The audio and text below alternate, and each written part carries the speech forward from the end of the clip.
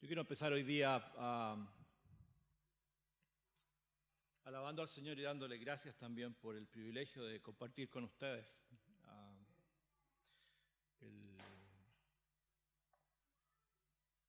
Realmente es una bendición el venir aquí, como a veces lo hago cuando voy al culto en Canal Beagle, y sentir que llego a la casa de mi familia. Es un sentimiento muy especial. Y yo cada momento, cada conversación, cada encuentro, las comidas, cuando echamos tallas, cuando conversamos, incluso cuando estoy aquí, yo siento el cariño de usted y le doy muchas gracias al Señor por eso y lo alabo. Le doy gracias también al Señor por el privilegio de poder servirles, de estar aquí. Yo no merezco estar aquí, el Señor al que me ha traído y ruego al que nos guíe en esta última oportunidad, en este campamento en que vamos a meditar juntos en la palabra del Señor. En algunos de los testimonios con los cuales concuerdo plenamente, se hablaba de que realmente esto es un paréntesis en nuestra vida diaria y vamos a tener que volver a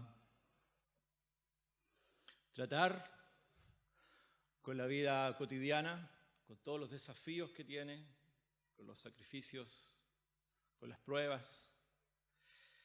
Pero es la voluntad del Señor, como meditábamos anoche. Es el camino que el Señor ha trazado para nosotros. Y una verdad bíblica que es fundamental, a partir de lo que meditamos anoche, es que al Señor no le importan las circunstancias en nuestra vida, porque Él es Rey, Él es Señor.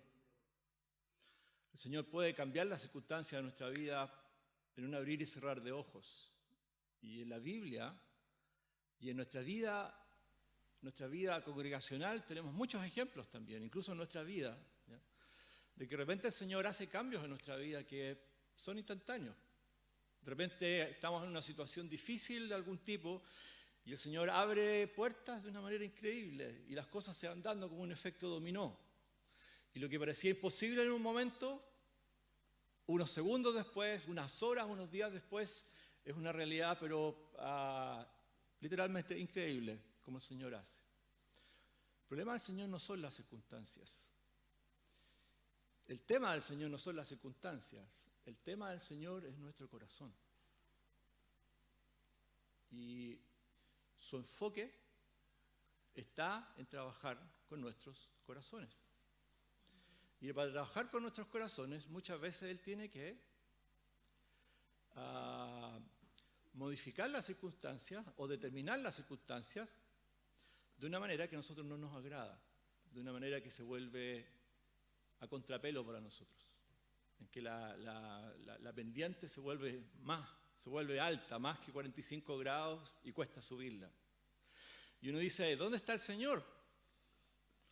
Si el Señor tiene poder, ¿dónde está el Señor si el Señor me ama? Bueno, el Señor está actuando con poder porque es el que mantiene la pendiente alta. Y el Señor te ama porque Él sabe que necesitas subir esa pendiente de esa manera, gateando, punticodo tal vez, porque Él está preocupado de tu carácter. Y algo que nosotros debemos tener presente, junto con la alegría de tener intimidad con el Señor, de alegrarnos, de encontrarnos con Él, como veíamos en todas las metáforas que cantamos, que son preciosas, de sentir el perfume de Él, de sentir el abrazo de Él, sentir el amor de Él. Un aspecto importante de la cámara secreta es que es el momento de intimidad con Dios en que Dios puede continuar trabajando de una forma especial con nosotros. Es el espacio donde Él nos interpela, donde Él nos confronta con la verdad, donde Él nos corrige, donde Él nos enseña. Por supuesto que también es el espacio donde Él nos anima, donde Él nos llena de su poder, llena nuestro corazón con su gloria. Pero es un encuentro integral, nunca tenemos que olvidar eso.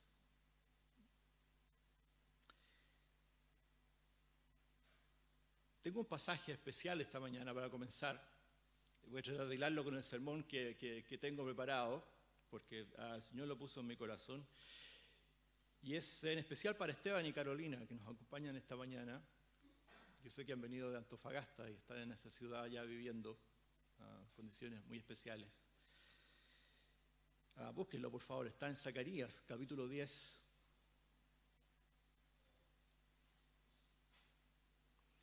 Versículos 9 y 10. Nos habla precisamente de esta verdad, de este pensamiento en el que estábamos reflexionando recién. De cómo el Señor obra en nuestras vidas. Y tiene que ver con el tema que vamos a tratar también. Zacarías, capítulo 10, versículo 9. Es una profecía de Israel, pero es aplicable a nosotros, porque nosotros somos el Israel actual. La iglesia de Dios, el pueblo de Dios hoy día somos nosotros. Ya no es Israel la nación, es Israel, la iglesia de Cristo. Dice así: bien que los esparciré entre los pueblos, aún en lejanos países se acordarán de mí, y vivirán con sus hijos, y volverán. Porque yo los traeré de la tierra de Egipto, y los recogeré de Asiria, y los traeré a la tierra de Galaad y del Líbano, y no les bastará.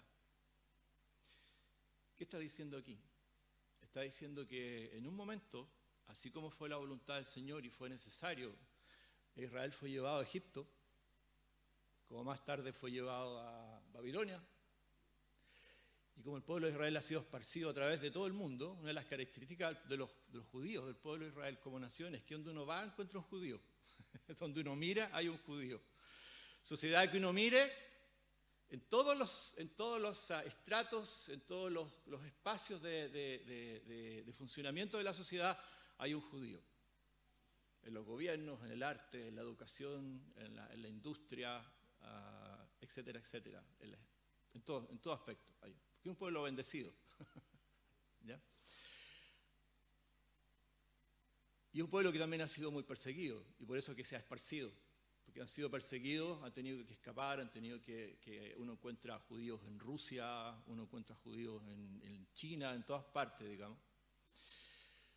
Pero si uno mira desde el punto de vista de la voluntad de Dios, sobre el aspecto de la voluntad soberana de Dios que estábamos viendo anoche, no es una consecuencia, no es que Dios le haya salido algo mal, no es que Dios no pudo hacer algo o que Dios no los amó, sino que era parte del plan de Dios.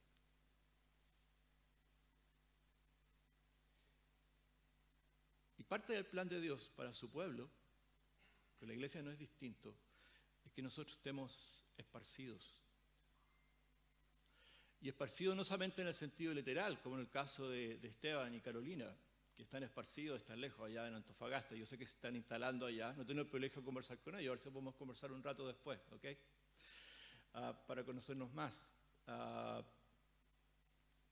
Pero no solamente esparcidos en forma física, geográfica podríamos decir, sino que esparcidos también en el sentido de que todos nosotros estamos inmersos en distintas realidades, como mencionaba un poco Tatiana en su testimonio en la mañana. Algunos están en las industrias, otros están en el área de la educación, otros están en el área de los negocios, otros están en su hogar, interactuando con sus hijos, pero interactuando a la vez con su familia extendida, con sus vecinos, etcétera, etcétera. Distintos ámbitos, no los voy a nombrar todos, pero ustedes me entienden, ¿no es cierto? En distintos ámbitos, en distintos tipos de actividades, con distintos tipos de personas. Y esa es la voluntad del Señor. Porque el Señor ha determinado que nosotros seamos sal de la tierra. ¿Y cómo vamos a ser sal de la tierra y vamos a causar un efecto positivo, un efecto de edificación en la tierra si estamos todos metidos en el salero? Este es el tiempo en que el Señor nos ha esparcido. Y el Señor tiene un propósito para eso. Y el Señor nos va a sostener en ese propósito. Luego vendrá el tiempo, como dice el versículo 10, en que el Señor nos traerá de la tierra de Egipto, nos recogerá de Asiria y nos traerá a la tierra de Galaad, donde hay un bálsamo que cura las heridas. En el mundo hay tres tipos de personas con respecto al concepto que tienen con respecto a Dios. Podríamos agruparlo en tres grupos. Hay un grupo grande, otro grupo grande y hay un grupo chico, el tercero. El primer grupo grande mira a Dios y dice, oh, Dios es un Dios poderoso, es un Dios muy poderoso. Creó los cielos y la tierra. Convengamos que es la gente que cree en Dios, ¿ya? Estos tres grupos conforman el grupo de la gente que cree en Dios. El primer grupo grande dice, oh, Dios es un Dios poderoso. Es un Dios poderoso que puede cambiar las circunstancias, puede levantar los montes, puede abrir el mar rojo, puede abrir el Jordán, etcétera, etcétera, ¿ya? Es un Dios muy poderoso, no tengo ninguna duda que Dios es un Dios poderoso. Es omnipotente, le sobra poder, pero le falta amor. Y si Él realmente nos amara, Él amara a la humanidad, Él vendría y de una pincelada solucionaría todos los problemas que existen. Sanaría a los niños con cáncer, solucionaría el problema de la pobreza, etcétera, etcétera. Dios puede hacerlo, pero en el fondo hay una amargura, una frustración, porque está la convicción de que Dios no quiere, o actúa a pedacitos nomás. Realmente tiene destellos de misericordia en que se manifiesta, un milagrito por aquí y una cosa por allá, y una sanidad. Cuando clamamos mucho a Él, entonces reacciona. Entonces es el Dios tirano, es el Dios que está allá lejos, el Dios inalcanzable, que actúa a su antojo nomás. Cuando se le antoja, cuando le tinca, entonces sana, cuando se le tinca, salva, pero no es confiable, no podemos esperar en Él constantemente. El otro grupo grande es el grupo que cree lo contrario. Oh, Dios es bueno, Dios es tierno, Dios es cariñoso, como el abuelito. En el fondo es tatita Dios, ¿ya? Tatita Dios que es cariñoso. O, algo que está muy arraigado en nuestra cultura, está muy representado por el viejo pascuero. Porque el viejo pascuero es un viejo pascuero que viene una vez al año y cuando viene trae regalos. Pero es un viejo pascuero que no se preocupa del diario vivir nuestro, pero nos ama, ¿ya? Y cuando viene, mira, acuérdate de mí, me he portado bien en casa y en el jardín, ¿ya? Y entonces me trae regalos, ¿ya? Es el Dios bueno, es el Dios suave, el Dios soft. ¿Cuál es el problema de ese Dios? ¿Y cuál es el problema del viejo pascuero? Que no puede solucionar todos mis problemas. Porque le sobra amor, le chorrea amor, pero no tiene suficiente poder. Quiere, le gustaría sanar a la humanidad, le gustaría ayudar a la humanidad, le gustaría solucionar los problemas de todas las personas, los problemas de mi familia, mis problemas económicos, mis problemas de salud, mis problemas de relaciones, mi pareja, mi familia, tantas cosas. Yo sé que Dios me ama, pero en el fondo de mi corazón, igual que el otro grupo, tengo una amargura. Porque en el fondo tengo la convicción de que aunque Dios me ama, Dios no puede. Y hay un tercer grupo, que es el más pequeño, pero está creciendo. Y es el grupo que está convencido de que Dios es Señor. Nada de lo que sucede está fuera de su alcance, ni del alcance de su poder, porque no es un tema de poder, ni el alcance de su amor. Porque todo lo que hace y lo que deja de hacer, lo hace y lo deja de hacer por amor.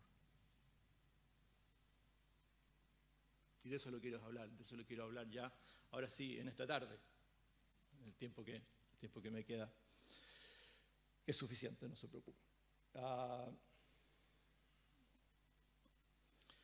Primera de Corintios 13, vamos a Primera de Corintios 13. Pero antes de leerlo, quiero darles un poco de contexto de este texto.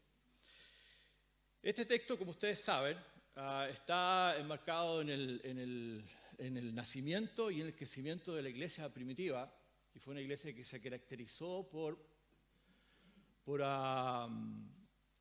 pero una fuerte, explícita y poderosa manifestación del Espíritu Santo, ¿ya? El debut del Espíritu Santo.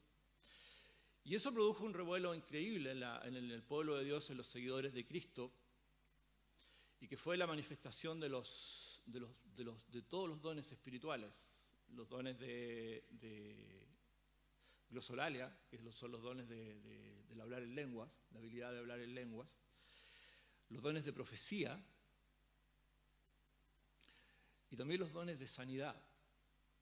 Pero junto con estos dones del Espíritu Santo, la manifestación especial del Espíritu Santo que se dio, que es algo vigente, por supuesto, ya lo dejo en claro por si alguien está sacando cuentas equivocadas, es algo vigente, ya, con respecto a lo que voy a decir. Fue acompañado también de otras manifestaciones que no son sobrenaturales en estricto rigor, pero para mí sí son sobrenaturales porque van contra la corriente del corazón humano, y una de ellas es la misericordia y el servicio. Hay un relato que es de un emperador romano, se llamaba Juliano, que es más o menos de esta época, ¿ya? O un poquito más tardía tal vez, después del año 100, y que dice lo siguiente, está hablando de los cristianos, que para los romanos los cristianos eran paganos, le llamaban paganos a los cristianos, ¿ya? Ellos eran paganos, porque eran la religión disidente, de la religión oficial, de la religión popular, ¿ya? Y él dice lo siguiente sobre Roma, dice, en esta ciudad de Roma conviven cuatro culturas. Obviamente los romanos, ¿ya? Estaban los judíos, estaban los griegos y estaban los cristianos. Ya era gran cosa que el emperador los reconociera para mencionarlo, ¿ya? Porque realmente eran de cuarta categoría, ¿ya? Entonces estaban los romanos, estaban los judíos, estaban los griegos y estaban los cristianos. Y entonces él hace mención a una de las plagas que hubo. En ese tiempo no había penicilina, la medicina estaba en pañales realmente, menos que en pañales. Y por lo tanto, cuando llegaban estas plagas que acechaban la ciudad, por ejemplo como la peste bubónica, que es la que traían los ratones, no quiero asustar a nadie, o estas plagas de disentería o cosas por el estilo, o enfermedades que eran contagiosas como la tuberculosis, por ejemplo, quedaban las escoba, porque no había remedio que las calmara. Lo único que había un paliativo de repente para el dolor, los aislaban y cosas por el estilo. Y el emperador Juliano entonces hacía referencia a una de estas plagas y decía, 3 de los pueblos, 3 de las culturas que están aquí conviviendo en Roma, más la cuarta, pero 3 de ellas han demostrado mucha solidaridad consigo mismo. Son muy unidas. Los romanos se dedican a cuidar a los romanos. Los judíos se dedican a cuidar a los judíos, son muy solidarios con los judíos. Los griegos son muy solidarios con los griegos. Pero los cristianos son solidarios con todos. Y han dado su vida sirviendo, se han dejado contagiar sirviendo a romanos, a judíos, a griegos y por supuesto que también a los cristianos. Y ese sello fue el que fue sembrando una semilla del Evangelio y de conversión de muchas personas al Evangelio, porque fue lo que marcó la diferencia. Entonces vemos en la iglesia primitiva un sello tanto de las manifestaciones sobrenaturales, como el hablar en lenguas, el don de profecía y ¿cuál es el tercero que menciona? Se me olvidó. El de sanidad, gracias. Más este don también, que podríamos discutir si es sobrenatural o no. Para mí es sobrenatural porque tiene que ver con cómo el Señor tiene que transformar nuestro corazón para que suceda, que es la misericordia y el ir en ayuda de los demás. Lo que hoy día podríamos llamar el lenguaje moderno la diaconía. Sin embargo, como siempre sucede en el corazón humano, nosotros cada día luchamos con nuestro pecado. Es por eso que anoche decíamos que la vida cristiana es una vida constante de arrepentimiento y de pedir perdón delante del Señor. Y de arreglarlos de nuevo y continuar en el camino dependiendo del Señor, porque no es de nosotros.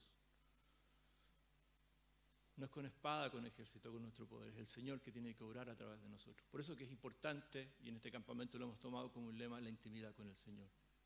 Necesitamos la presencia del Señor, que nos da poder, pero también nos da orientación. Nos dice, debes ir por este camino, debes ir, no estás equivocado, debes ir por acá. Y una de las tergiversaciones que empezó a ocurrir dentro de la iglesia fue un fenómeno que tiene que ver también con lo que estábamos viendo del Padre Nuestro, que tiene que ver con el amor. No me voy a meter con el Padre Nuestro hoy día, a ver si hago una referencia nomás, pero no quiero alargarme. Pero tiene que ver con lo siguiente. Lutero decía que el corazón humano es una fábrica de ídolos. Y los ídolos en la Escritura significan lo siguiente. No significan solamente imágenes físicas, frente al cual el hombre se inclina, adora, le prende velas o le hace reverencia o cosas por el estilo. Eso es una manifestación de algo que está dentro del corazón. Un ídolo realmente es algo que es tan importante para mi vida que reemplaza a Dios. Y aun cuando yo no desconozco a Dios, yo sigo apelando a Dios. Yo racionalizo mis conductas y digo, yo sigo adorando a Dios, yo sigo amando a Dios. En el fondo, yo sigo a Dios para que Él alimente ese ídolo, porque realmente quien me da la felicidad es ese ídolo y no Dios. Se me va la voz. ¿Qué hay en tu vida que si de la noche a la mañana te fuera quitado, tu vida se acaba? O pongo la pregunta de otra manera. ¿Cuál es tu mayor temor? Cuando empiezas a lucubrar, ¿en qué sería lo peor que te podría suceder? ¿Cuál es tu mayor temor? ¿Qué es aquello que si lo pierdes, tu vida no tendría sentido?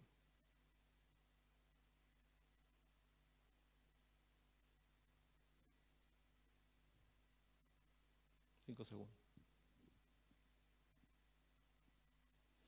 Si hay algo así muy potente en tu vida, probablemente sea un ídolo. Si yo les pregunto a ustedes, personalmente, y les digo, ¿tú amas a Dios? Todos me responderían en coro, yo amo a Dios, yo también. ¿Quieres servir a Dios? ¿Crees que Dios es poderoso? ¿Crees que Dios te ama? ¿Crees que Dios es suficientemente poderoso o suficientemente amoroso, como estábamos reflexionando ustedes? La pregunta es sí. Pero cuando damos vuelta a la pregunta, con las dos preguntas que yo le acabo de hacer, si eres honesto contigo mismo o contigo misma, probablemente la respuesta sea distinta. Y estamos hablando de cosas buenas, no estamos hablando de cosas malas que hay en tu vida. Estamos hablando del bienestar, de la salud, de la vida de tus hijos, por ejemplo. Estamos hablando del bienestar, de la salud de tu matrimonio. Estamos hablando del bienestar, de la salud de tu carrera, de tu pega. Estamos hablando de los logros que tú has tenido en tu vida. ¿Qué pasaría si el día de mañana esos logros son borrados de una plumada? ¿Cuál sería el sentido de la vida? La dinámica del corazón humano es una dinámica que tiende a tomar las cosas que nos dan seguridad como un ídolo. Un ejemplo. Los papás. Hay dos tipos de papás en el mundo, generalmente. También hay un grupo grande, otro grupo grande y un grupo chico. Pero los dos grupos principales. Un grupo de papás, por ejemplo, hay papás o mamás que aman tanto a sus hijos, que su preocupación por su vida es hasta el mínimo detalle, hasta el más mínimo detalle. El cabro no se puede vestir solo, la niña no puede elegir la ropa que quiere vestirse porque la mamá tiene que elegírsela. La mamá tiene que decirle cómo peinarse, tiene que decirle cómo vestirse, a qué colegio va a ir, qué carrera va a estudiar, con quién se va a casar y todo lo demás, ¿no es cierto? ¿Por qué? Porque hay una preocupación obsesiva por manejar, por determinar la vida del hijo o de la hija. ¿Por qué? Porque ahí está mi alegría. Y no voy a permitir que fracase. Es un tipo de papá. El otro tipo de papá o mamá, porque es papá y mamá, es la otra moneda, la otra cara de la moneda. ¿Ya? ¡Ah! Mi hijita, lo amo tanto que ¿cómo le va a decir que no? ¿Ya? El cabro anda caminando por las paredes, ¿ya? Pero ¿cómo le va a decir que no si yo lo amo? ¿Ya? Todo lo que yo hago es en función de lo que ella o de lo que él quiere. Él determina mi agenda, él determina lo que se hace en la casa, él determina incluso a veces las reglas de la casa, de lo que es bueno, lo que es malo. ¿Por qué? Porque lo amo y no lo quiero contradecir. Se llama laissez-faire. ¿Por qué? Porque la presencia de ese hijo o de esa hija genera un amor que no es genuino. Es genuino en cuanto al afecto. No hay duda que ese papá o ese mamá o ese papá y el papá y mamá juntos aman a ese niño o a esa niña. Pero el valor que le asignan a la presencia de ese niño es un valor de seguridad. Y por lo tanto yo tengo que controlar que él no se me vaya. Y lo puedo hacer de dos maneras. O puedo ser puntilloso y obsesivo, estar encima tomando todas las decisiones por él. Y voy a crear un niño atrofiado, un niño incapaz de tomar decisiones, inseguro. O al revés, voy a crear un monstruo que va a estar acostumbrado a que el mundo gira en torno a él. Y todo tiene que hacerse como él quiere que se haga.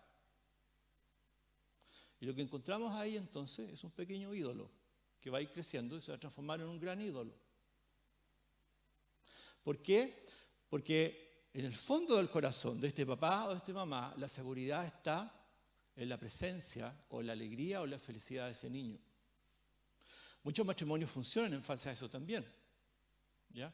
Funcionan en términos de que uno de los dos es el ídolo del matrimonio. Bien lo digo, ¿ya? Porque de la felicidad de él o la felicidad de ella depende la estabilidad del matrimonio. Hay un escritor chileno, un sociólogo, se llama Pablo Neus. No sé si lo han escuchado alguna vez el nombre, por lo menos. Todavía hay libros por ahí en el Jumbo, un libro muy bueno que se llama ¿Qué te pasó, Pablo? Pero tenía otro libro que yo leí a principios de los 80 que se llamaba, tenía un nombre largo, se llamaba ¿Por qué te llevaste mi peineta amarilla y me dejaste solo en París? Se llama era medio humorístico, pero él es un buen lector de la realidad, es sociólogo. Y él habla de su matrimonio, que precisamente hizo crisis en París. En un viaje que hicieron con su esposa a París, que suponía que iban a tener un recreo, una segunda, tercera luna de miel, una cosa por el estilo, de repente la esposa se le paró la pluma y se fue. Y lo dejó solo en el hotel y se llevó la peineta amarilla, que es la peineta que le servía a él para peinarse. Y él hace el análisis de la crisis, que obviamente era una crisis que venía de antes, y él la resume de esta manera. Y dice, nosotros fuimos felices en nuestro matrimonio, y no puedo negar que fuimos felices, mientras nosotros amamos a la misma persona. Ella me amaba a mí y yo me amaba a mí. Y las cosas funcionaban, pero miel sobre hojuelas.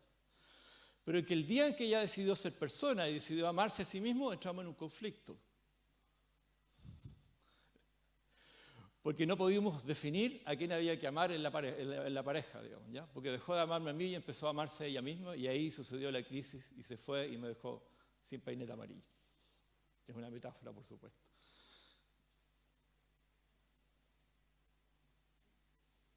Muchas veces los matrimonios están fundados sobre la idolatría, de que la felicidad de uno es la felicidad del otro. Ustedes conocen a mi esposa, que es muy afable y en los momentos más increíbles nos hace reír. Ella tiene ese don que el Señor le ha dado de una alegría natural, espontánea. Eché la oportunidad para honrarla, yo te honro, Vivi. Esto es un regalo del Señor para mí. Y yo me acuerdo que cuando estábamos de novio, yo estaba conversando con esta misma persona que les conté anoche, yo conversé, vamos a casar con la Vivi, y me dice que bueno, ¿y qué te atrae? ¿Qué es lo que más te alegra? Yo le dije, ¿sabes lo que me alegra? Dije yo que ella, valga la redundancia, ella es tan alegre, ¿ya? Y estoy seguro que ella va a ser la alegría de mi vida. O sea, ella me va a alegrar y vamos a ser felices. Y me cortó con un tajo. Se sacó el machete del escritorio que tenía, ¡fum! Y me cortó con un tajo. Me dijo, eso no es así. Si tú esperas que ella sea la alegría de tu vida, estás sellando el fracaso de tu matrimonio. Tú te casas con ella porque la amas. y se casa contigo porque te ama. Y no siempre las cosas van a ser alegres. Y no puedes hacer depender la alegría de la pareja de ella, porque vas a poner el mundo sobre ella. Y al final el mundo la va a aplastar. Te vas a quedar sin vivir. Tu alegría viene del Señor. La paz de tu corazón viene del Señor, no de la persona que está a tu lado. ¿Se fijan cómo la facilidad con que nosotros creamos ídolos en nuestra vida? De las cosas buenas. Vamos a otro contexto ahora, que es el contexto de la iglesia.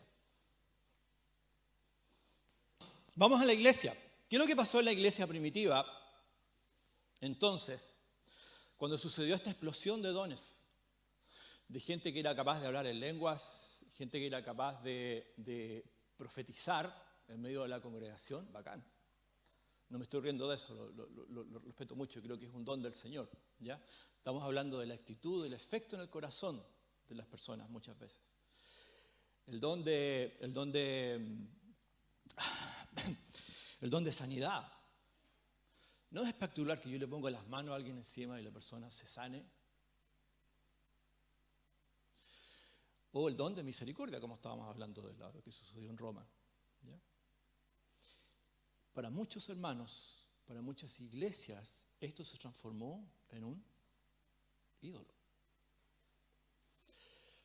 Volviendo al Padre Nuestro, bien rápidamente, el Padre Nuestro, una de las frases que Jesús pone en el Padre Nuestro para nosotros, cuando habla del perdón, dice, perdona nuestras deudas como nosotros perdonamos a nuestros deudores.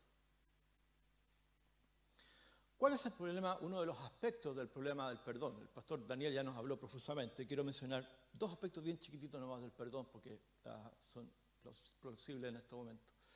¿Cuál es el problema? Uno de los problemas del perdón, que tiene que ver con otra manera en que la Biblia lo expresa, también que tiene mucho que ver con eso, que tiene que ver con el juzgar a las personas. ¿Se han preguntado ustedes qué significa esto de juzgar a las personas? ¿Por qué la Biblia dice que yo no debo juzgar a las personas? No juzguéis, dice claramente la Escritura, son palabras de Jesús, ¿ya? No juzguéis para que no seáis juzgados, ¿ya? Ahora, si uno en una congregación, o en el contexto de la familia, donde sea, uno encuentra una persona flagrantemente haciendo algo malo, algo que es obvio malo, ¿qué significa no juzgar? ¿Significa que uno tiene que taparse los ojos y hacer como que no pasa nada porque no hay que juzgar al hermano? No.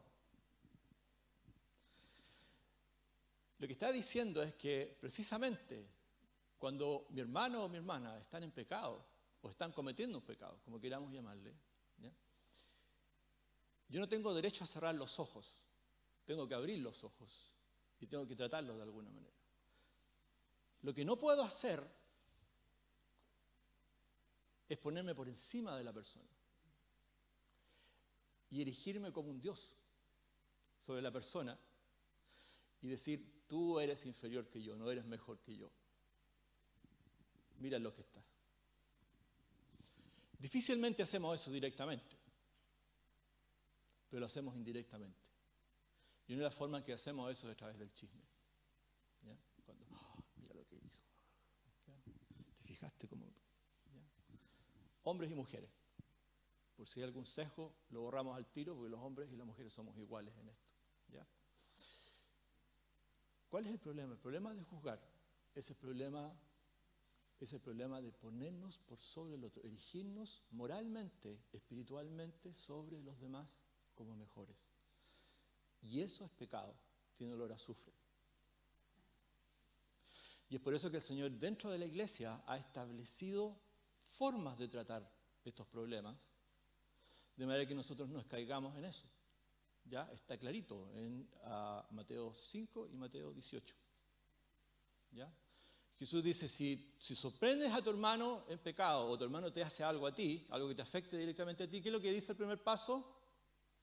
Anda y conversa con él en privado. No le cuento a la comunidad primero, ya no mando un WhatsApp a todos para que sepan, sino que voy a hablar con él en privado.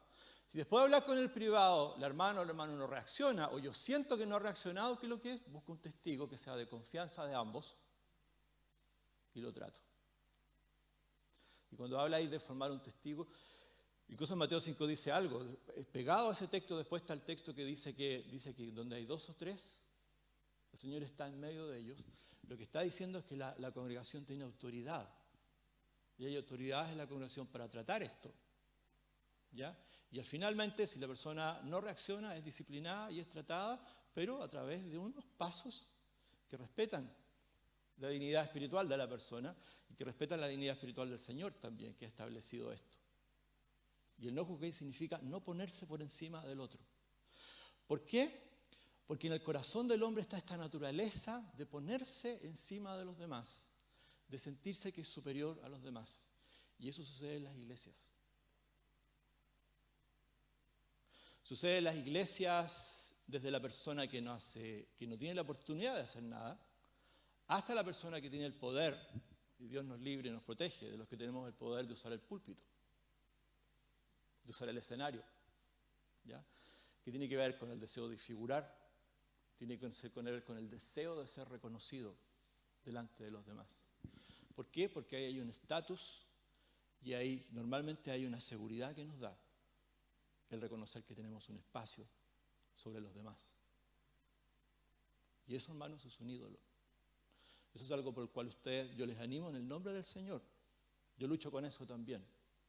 Ustedes tienen que orar y pedirle al Señor. Y cuando entran a la cámara secreta tienen que pedirle al Señor que trabaje con ustedes en eso. Porque es algo que nos cruza a todos por igual. Los hermanos de la iglesia primitiva tenían el problema de que cuando empezaron a hablar en lenguas, y otros no hablaban en lenguas, cuando empezaron a sanar, a hacer sanidad, y otros no sanaban, cuando empezaron a tener palabras de profecía, y otros no tenían palabras de profecía, cuando empezaron a hacer misericordia, incluso fueron reconocidos por el emperador, entonces se sintieron superiores a los demás. Y empezaron a clasificar iglesias que son superiores a otras. Yo vengo del ministerio tanto que nosotros hablamos en lengua. Yo vengo de la iglesia tanto que tenemos seminario, ¿ya? Y tenemos una teología sólida, ¿ya? Yo vengo de esta otra iglesia donde tenemos un tremendo ministerio de misericordia para ayudar a los pobres, para ayudar a los desvalidos y somos inclusivos y recibimos a la gente. ¿Cuál es el problema? El problema no es la bendición que el Señor le ha dado, el problema es lo que nosotros hacemos con la bendición. Y lo tomamos como algo propio. Y lo tomamos como una ventaja sobre los demás, como una forma de mirar en menos a los demás, a las demás iglesias o a los demás hermanos dentro de la misma congregación. Entonces Pablo les escribe y les dice lo siguiente, porque esto se empezó a dar en forma potente en la iglesia de Corintios, y les dice lo siguiente. 1 Corintios 13. Si yo hablase lenguas humanas y angélicas y no tengo amor, vengo a ser como metal que resuena o como címbalo que retiñe. Y si tuviese profecía y entendiese todos los misterios y toda ciencia y si tuviese toda fe, de tal manera que trasladase los montes y no tengo amor, nada soy. Y si repartiese todos mis bienes para dar de comer a los pobres y se entregase mi cuerpo para ser quemado y no tengo amor, de nada me sirve. El amor es sufrido, es benigno, el amor no tiene envidia, el amor no es jactancioso, no se envanece, no hace nada indebido, no busca lo suyo, no se irrita, no guarda rencor, no se goza de la injusticia, mas se goza de la verdad. Todo lo sufre, todo lo cree, todo lo espera, todo lo soporta. El amor nunca deja de ser, pero las profecías se acabarán y cesarán las lenguas y la ciencia acabará. Porque en parte conocemos y en parte profetizamos. Mas cuando venga lo perfecto, entonces lo que es en parte se acabará. Cuando yo era niño, hablaba como niño, pensaba como niño, juzgaba como niño. Mas cuando ya fui hombre, dejé lo que era de niño. Ahora vemos por espejo, oscuramente, mas entonces veremos cara a cara. Ahora conozco en parte, pero entonces conoceré como fui conocido. Y ahora permanecen la fe, la esperanza y el amor. Estos tres. Pero el mayor de ellos es el amor. Yo tenía un problema cuando era más joven, porque alguna vez fui joven. Tenía un problema cuando era más joven y cuando era niño realmente. Cuando me tocaba asistir a estas ceremonias de postura de argollas. ¿Les tocó alguna vez o no? de cuando las parejas se comprometen que se van a casar y hacen una ceremonia. O también en los matrimonios me pasaba, en la celebración, las ceremonias de bodas, ¿ya? Me pasaba que leían este capítulo, ¿ya? Y lo leían con mucha emoción. El amor es sufrido, el amor todo lo cree. Y yo pensaba y decía, ¿cómo se le ocurre leer eso si es una tremenda carga? Yo desafío al Andrés y a la Gaby que lo lean de nuevo, piensen en eso y piensen lo que va a significar el matrimonio, ¿ya? Repasemos los versículos del 4 en adelante, ¿ya? Andrés, Gaby. El amor es sufrido, ¿ya? Es benigno, sí. El amor no tiene envidia, ya. El amor no es jactancioso, no se envanece. Vamos bien, ¿ya? Dijo el pavo entrando al horno. No hace nada indebido, ¿ya? No busca lo suyo, no se irrita. Ay, pesados los problemas, ¿ya? No se irrita, no guarda rencor, no se goza de la injusticia, más se goza de la verdad. Aquí entramos al horno. Todo lo sufre, todo lo cree, todo lo espera y todo lo soporta. Es un estándar de perfección. Es un estándar, una norma, un patrón imposible de alcanzar.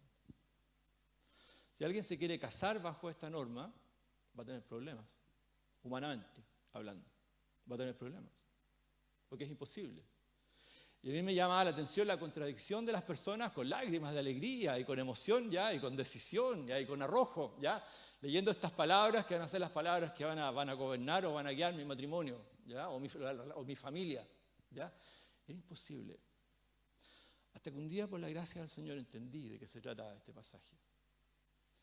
Este pasaje no tiene que ver con lo que nosotros hacemos, tiene que ver con lo que Dios hace con nosotros. Y eso es lo que quiero compartir con ustedes en estos minutos que me quedan. Versículo 8, el amor nunca deja de ser, pero las profecías se acabarán y cesarán las lenguas y la ciencia acabará. Aquí está la clave, en el versículo 9, dice, porque en parte conocemos y en parte profetizamos. En parte podemos hacer lo que hacemos, no completamente. Parcialmente, no en forma perfecta, lo podemos hacer. Y la palabra que el Señor usa aquí a través de Pablo, que es la palabra conocer, es una palabra muy especial. Porque aquí no está hablando de un conocimiento intelectual, sino que la palabra conocer que aparece aquí es un sinónimo de amor. ¿Se acuerdan ustedes cuando Dios creó a Adán y Eva? Y por primera vez ellos se encontraron, ¿qué es lo que dice la Escritura en Génesis? Dice que Adán conoció a Eva. Y cuando dice que conoció a Eva, está hablando de la consumación del matrimonio. No solamente del primer acto sexual que tuvieron, de que iniciaron su vida sexual, que es una figura de intimidad, ¿ya? Sino que significa que Adán amó a Eva, se comprometió con ella, se entregó a ella, así como a Eva lo hizo con él, ¿ya? Y aquí dice, lo que está diciendo el versículo 9, está diciendo, porque en parte amamos. Así como todo lo que hacemos, como el profetizar, lo hacemos en forma imperfecta, porque somos pecadores. Yo tengo una noticia para los matrimonios y para los que se quieren casar también. No me tiren tomates las damas, pero esto es para los varones. Ustedes se casaron con una pecadora. Y no me arrejen huevos los varones, porque ustedes, damas, se casaron o se van a casar con un pecador. Eso es un hecho, es una realidad. La iglesia es un conjunto de pecadores y pecadoras. ¿Cuál es la diferencia? En que somos pecadores y pecadoras arrepentidos, que buscamos al Señor, que confiamos en su gracia, que entendemos, como leíamos en Romanos 1:18, que entendemos la inmensa, inconmensurable obra que Cristo hizo por nosotros al librarnos de la ira de Dios para hacernos perfectos delante de Dios. ¿Por qué? Porque lo que Cristo hizo cuando vino, eso se llama obediencia activa. Lo que Cristo hizo fue vivir una vida en lugar de nosotros, una vida sin pecado. Mientras cada uno de nosotros vivió una vida de pecado delante de Dios. Y al final lo que Cristo hizo fue cambiarnos. Me dijo, esta es la vida de Cristo. Esta es mi vida. Si mis pecados fueran rojos como la grana. Y lo que Cristo hizo es, vivió una vida perfecta, sin pecado, sin ninguna mácula, sin ninguna mancha. Y llegado un momento le dijo al Padre, Padre, yo te entrego mi vida sin pecado, que se haga tu voluntad. Y yo tomo la vida de pecado de Cristian, de Glenda, de Ignacio, de Daniel, de Tatiana, de Andrés, de todos los que están aquí, de todos los que estamos aquí. Y yo voy a pagar por esta vida. Yo voy a recibir tu ira, yo voy a recibir tu castigo, tu desprecio. Yo voy a pagar el sufrimiento por este pecado.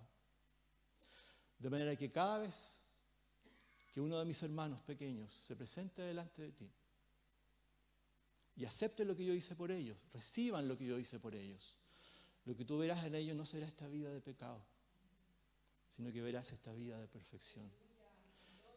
Es por eso que nosotros somos la niña de los ojos de Dios. Es por eso que Dios nos puede adorar, nos puede querer en el sentido de amarnos profundamente. Porque cuando Él nos ve a nosotros, no ve pecado. Y cuando nosotros flagrantemente, indolentemente pecamos delante del Señor, ahí está Cristo para interceder por nosotros y decirle, yo morí por ellos, yo le regalé mi vida, esta es la vida de ellos.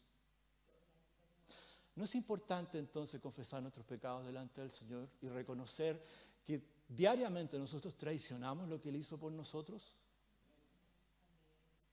Ese es el sentido de la confesión de pecado.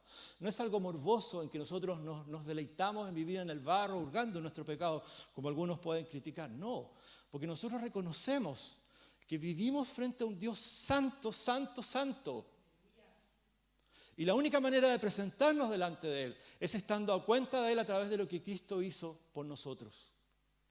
Pero por lo pronto, la vida que nosotros vivimos aquí es una vida imperfecta. Como dice el versículo 9, porque en parte conocemos y en parte profetizamos. Versículo 12. Ahora vemos por espejo, oscuramente, mas entonces veremos cara a cara. El Señor entiende la dificultad en tu vida de amar plenamente. El Señor entiende la dificultad de amar a tus hermanos, a tus seres queridos, amarlos plenamente. El Señor entiende esa incapacidad y es por eso que Cristo murió por ello. Y el apóstol lo reconoce y dice, es cierto, ahora amamos imperfectamente, ahora conocemos imperfectamente, pero llegará el día en que el Señor vuelva. Y en ese día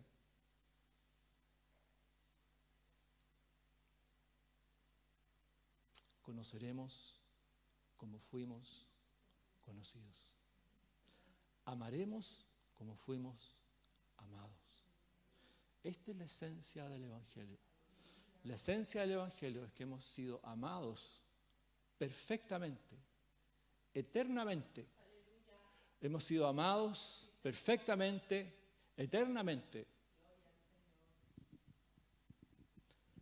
Y no es nuestro amor, no es nuestra capacidad de amar la que nos sostiene y nos lleva adelante. Hermanos, mi mensaje es uno solo. Dios los ama. Dios los ama. Y Dios ha puesto todo, absolutamente todo, su infinito poder para poder amarlos propiamente tal. Jamás piensen que Dios no tiene poder, que Dios no es capaz. Jamás piensen que Dios no los ama totalmente, porque sí los ama totalmente y tiene el poder. La muestra es que ha puesto de patas para arriba, perdonen la expresión, pero ha puesto patas de arriba el universo para poder salvarnos. ¿Qué Dios conocido en cualquiera de las culturas, en cualquiera de las religiones, fue capaz de descender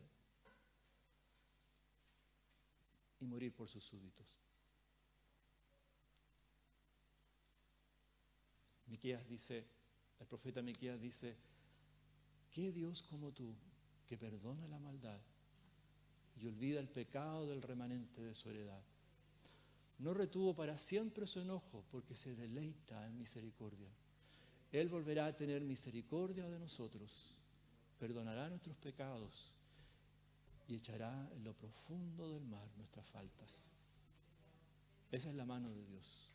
Esa es la mano que está trabajando en tu vida, esa es la mano que está trabajando en tu matrimonio, esa es la vida que está trabajando en tu vida laboral, que está trabajando en tus relaciones, que está trabajando en esta congregación preciosa para cumplir su propósito. Oremos al Señor.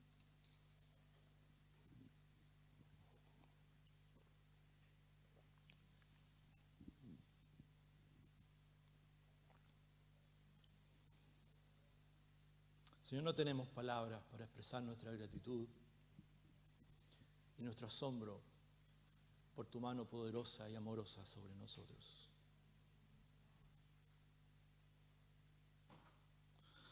Ponemos delante de ti, Señor, nuestra dificultad de amar como debemos amar. Ponemos delante de ti, Señor, la dificultad que hay en nuestros corazones al elegir ídolos que hacen que nuestra atención sea desviada de ti, que hacen que nuestro ego sea levantado pecaminosamente, injustamente. Perdona, Señor, las veces en que nosotros denostamos en nuestros pensamientos, en nuestros sentimientos a nuestros hermanos.